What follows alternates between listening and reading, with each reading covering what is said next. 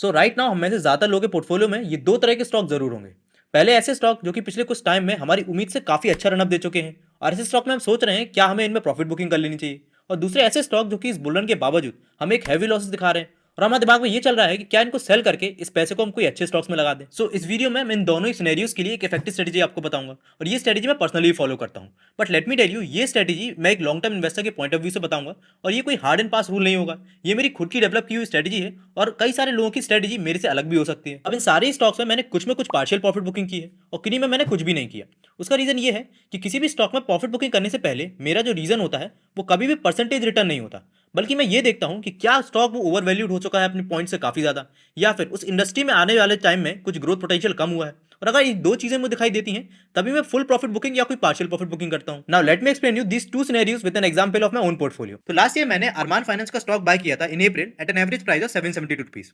Right now अगर आप इसके करंट प्राइस को देखोगे तो वो चल रहा है 2288 रुपीज का, यानी इस स्टॉक में मैं करंट में 196% के प्रॉफिट पे चल रहा हूं। अब ऐसे में मैंने सब प्रॉफिट बुकिंग क्यों नहीं की, उसके लिए मैं आपको कंपनी के कुछ नंबर्स पे लेके चलता हूं। तो अगर आप कंपनी के चार्ट पैटर्न को पहले देखोगे तो उसमें आपको साफ समझ में आएगा कि कंपनी अपनी ऑल टाइम हाई के अराउंड ट्रेड कर रही है और यहां से आपको क्लियरली दिख रहा होगा कि मुझे प्रॉफिट बुकिंग कर लेनी चाहिए क्योंकि यहां से स्टॉक थोड़ा फॉल होगा। बट अगर आप इसके नंबर्स को देखोगे तो अरमान फाइनेंस का करंट पी अभी भी 20 का है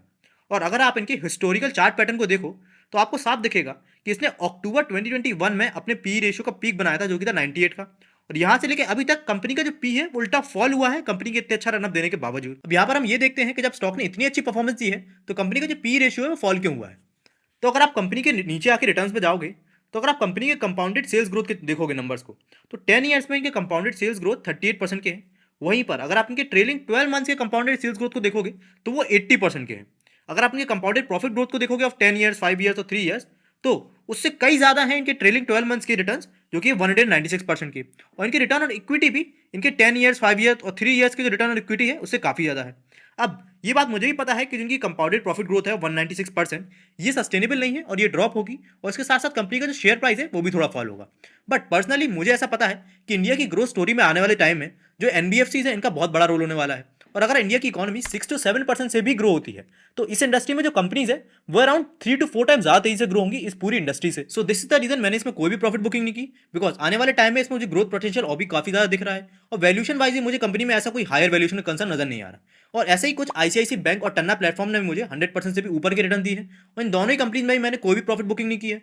बिकॉज इन दोनों ही इंडस्ट्रीज को मैं काफी अच्छे से समझता हूँ और मुझे ऐसा पता है कि इतने रिटर्न देने के बावजूद इन दोनों ही कंपनीज के जो स्टॉक है वो ना ही ओवर वैल्यूड है ना ही आने वाले टाइम में इनका बिजनेस भी कुछ कम होने वाला है। नाउ मैं आपको एक ऐसी कंपनी पे लेकर चलता हूं जिसमें मैंने पिछले कुछ टाइम में पार्शियल प्रॉफिट बुकिंग की है। कंपनी का नाम है केपीआईटी टेक, जिसको कि मैंने लास्ट ईयर जुलाई 2022 में बाय किया था at an average price of 570 rupees, because उस पॉइंट ऑफ टाइम पे कंपनी का जो स्टॉक प्राइस था वो काफी ज्यादा फॉल हो चुका था और एक रीजनेबल वैल्यूएशन में मिल रहा था और इसके बारे में मैंने आपको अपनी पहले की वीडियो में बताया भी था। तो इस कंपनी में अगर आप देखोगे तो राइट नाउ कंपनी ने मुझे 88% के जो रिटर्न है वो ऑलरेडी दे दिए हैं और इस कंपनी में मैं ऑलरेडी अराउंड 50% की अपनी होल्डिंग सेल कर चुका हूँ। राइट नाउ अगर आप कंपनी के पी रेशियो को देखोगे तो वो 68 का है और अगर आप कंपनी के हिस्टोरिकल पी चार्ट को देखो तो कंपनी ने जब पिछले साल जनवरी में अपना ऑल टाइम हाई बनाया था ऑफ 1900 तो इनका पी रेशियो अराउंड 90 का था, जो कि स्टिल अभी करंट में एक महीने पहले 80 का टच कर दिया था। अब अगर आप कंपनी के पीयर कंपैरिजन में देखोगे तो इनका क्लोजेस्ट पीयर टाटा एलेक्सी निकल के आ रहा है जिसका पी रेशियो 59 का है और कंपनी का करंट पी 68 का है। और अगर आप इनके आरओसी पे नजर डालो तो टाटा एलेक्सी का जो आरओसी है वो लगभग 50% ज्यादा है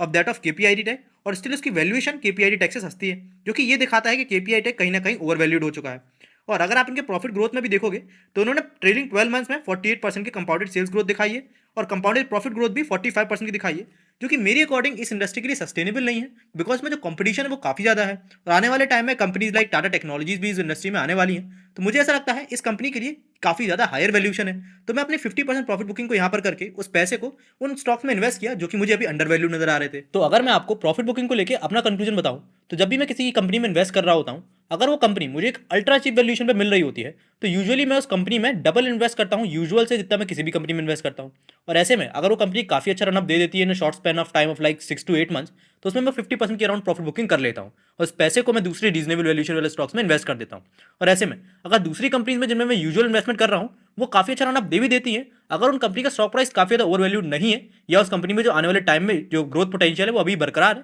तो उसमें मैं कोई प्रॉफिट बुकिंग नहीं करता। हम आते हैं ऐसी कंपनीज में जिनमें हमें करंट में लॉसेस देखने को मिल रहे हैं और समझते हैं कि इनमें से किन कंपनीज में फर्दर और अक्यूमुलेशन करना चाहिए और किन में प्रॉफिट बुकिंग करनी चाहिए। पर उससे पहले मैं आपको रिक्वेस्ट करूंगा कि प्लीज अगर आपको वीडियो यहाँ तक पसंद आ रही हो तो वीडियो को लाइक करिए, चैनल को सब्सक्राइब कर दी और इस बेल आइकन को क्लिक कर दीजिए। तो किसी भी कंपनी के फॉल के पीछे के दो मेजर रीजन होते हैं, पहला होता है इंटरनल रीजन और सेकंड आते हैं एक्सटर्नल रीजन। अगर कंपनी के फॉल के पीछे इंटरनल रीजन है, लाइक उनके मैनेजमेंट कोई इशू है, उनके बिजनेस टेकिंग डिसीजन में कोई इशू है या कोई फ्रॉड वगैरह केस चल रहा है, तो ऐसे में अगर आप कंपनी के फंडामेंटल डिटोरिएट हो रहे हैं तो उस केस में आप उस कंपनी के जो स्टॉक्स हैं उसको सेल करने को सोच सकते हो। बट अगर आप कंपनी के फॉल के पीछे के रीजन एक्सटर्नल रीजन है, फॉर एग्जाम्पल कंपनी के जो बढ़ता हुआ कंपटीशन हो सकता है, उनके जो रॉ मटेरियल के प्राइसेस है उसमें फ्लक्चुएशन हो सकता है, तो ऐसे केस में कंपनी के जो स्टॉक प्राइस है उनमें थोड़ा और क्लोज वॉच करता हूं। Now let me give you an example of my own portfolio. Last year मैंने क्लीन साइंस नाम की कंपनी में इन्वेस्ट किया था at an average price of 1900 rupees. ये कंपनी 2021 में अपना आईपीओ लेके आई थी। अब जब जून से सितंबर के क्वार्टर के बीच में कंपनी के स्टॉक प्राइस में एक रिवर्सल देखने को मिला था, तो आई थॉट कि कंपनी में एक पॉजिटिव ट्रेंड आ चुका है, बट आई वाज रॉन्ग। वहां से कंपनी का स्टॉक प्राइस और ही फर्दर फॉल हुआ।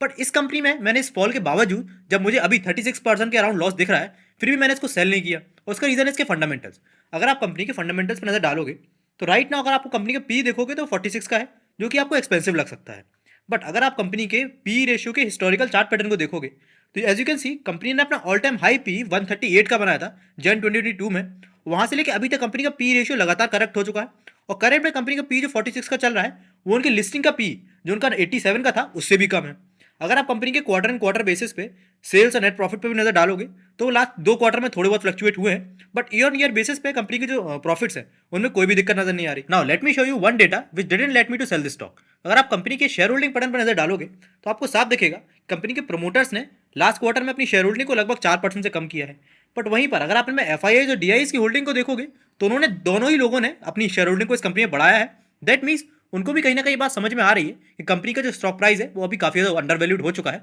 और आने वाले टाइम में कंपनी की ग्रोथ में काफी ज्यादा पॉजिटिविटी देखी जा रही है। एंड इसके अलावा रिलैक्सो फुटवेयर और जुबिलियंट फूडवर्क जैसी कंपनीज भी थी जिसने पिछले कुछ महीनों में 10 से 20% का फॉल दिखाया था मेरे पोर्टफोलियो में, पर उनमें से काफी कुछ अभी रिकवर भी कर चुकी हैं। पर तब भी मैंने इनको सेल इसलिए नहीं किया था बिकॉज मुझे पता था कि दोनों ही कंपनीज में जो फॉल का रीजन था वो एक्सटर्नल था, जहां पर रिलैक्सो केस में इनके क्योंकि क्रूड ऑयल के प्राइस बढ़ गए थे और वो उनका one of the most important raw material है, जिस वजह से इनके ऑपरेटिंग प्रॉफिट मार्जिन कम हुए थे। दैट्स वाई कंपनी के फंडामेंटल्स में हमें प्रॉफिट कम देखने को मिल रहा था और same happened with Jubilant foodwork. And इसीलिए मैंने उनको सेल नहीं किया और अभी मेरे ऑलरेडी काफी ज्यादा लॉसेस रिकवर हो चुके हैं। So this was my take on how to book the profit and losses. और अगर आपका कोई भी क्वेश्चन इस पूरे सिनेरियो से रिगार्डिंग तो प्लीज आप कमेंट बॉक्स में पूछिए। और अगर आप राइट नाउ ये जानना चाहते हो कि जब मार्केट अपने ऑल टाइम हाई के अराउंड ट्रेड कर रहे हैं तो यहाँ से मार्केट का फर्दर मूवमेंट कैसा होगा, या इस पॉइंट ऑफ टाइम पे ऐसे कौन से अंडर वैल्यूड स्टॉक है जिनमें आप फर्दर इन्वेस्ट कर सकते हो to get greater returns in future, तो उसके लिए आप स्क्रीन पे दी वीडियो को क्लिक कर सकते हो। हम मिलेंगे अपने नेक्स्ट वीडियो में, तब तक के लिए बाय बाय।